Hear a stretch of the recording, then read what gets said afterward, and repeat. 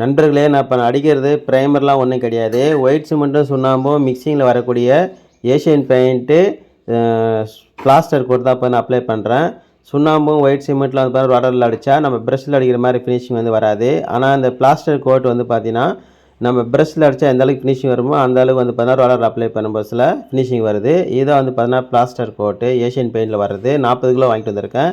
இந்த 40 கிலோ வந்து பார்த்தீங்கன்னா எம்ஆர்பி ரேட்டு ₹1431 வந்து பார்த்தீங்கன்னா கொடுத்துருக்காங்க. இந்த பவுடர் வந்து பார்த்தீங்கன்னா நம்ம என்ன செய்யணும் பார்த்தீங்கன்னா ஃபஸ்ட்டு வாளியில் பக்கெட்டில் தண்ணி எடுத்துக்கிட்டு அதில் இந்த பவுடர் வந்து அள்ளி போடணும். நல்லா அள்ளி போட்டு நல்லா ஒரு 5 நிமிஷம் ஊற விட்டு நல்லா வந்து பார்த்தீங்கன்னா மிக்ஸ் பண்ணி நம்ம வந்து அப்ளை பண்ணலாம். ப்ரஷ்லேயும் அப்ளை பண்ணலாம், ரோலர்லேயும் அப்ளை பண்ணலாம். ஒரு சூப்பரான மெட்டீரியல் இது.